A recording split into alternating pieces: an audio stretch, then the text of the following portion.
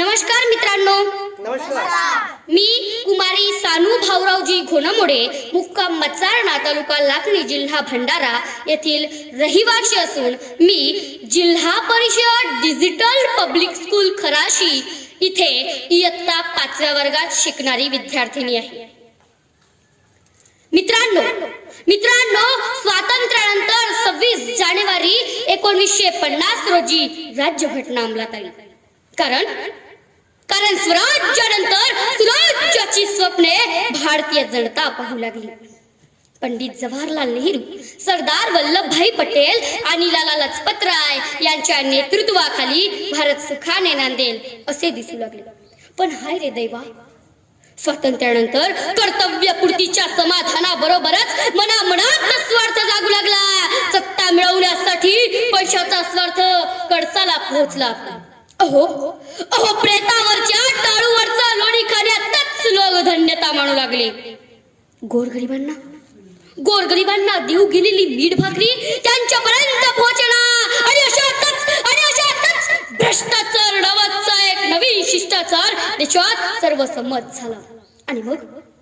आणि मग हा भ्रष्टाचार आपल्या बरोबर काळा पैसा नावाचा एक विषारी नाग घेऊन आला आणि स्वतंत्र हिंदुस्थानच्या ऱ्हासाला सुरुवात झाली. मित्रांनो, कोणतेही आदर्श नसलेली एक नवीन जात नव्या पिढीच्या रूपानं हिंदुस्थानात जन्माला आली.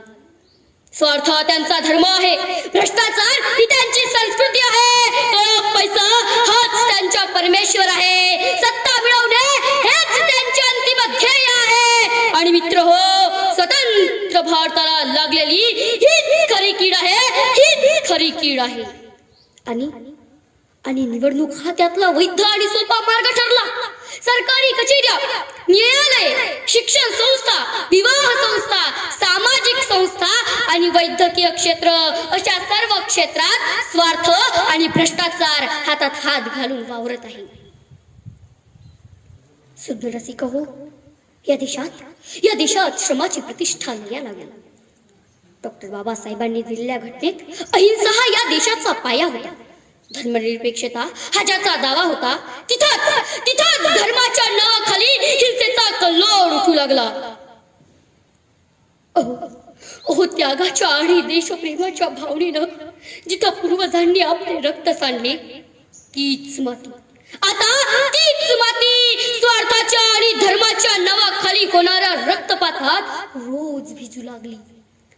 महागाईचा उद्रेक, वाढती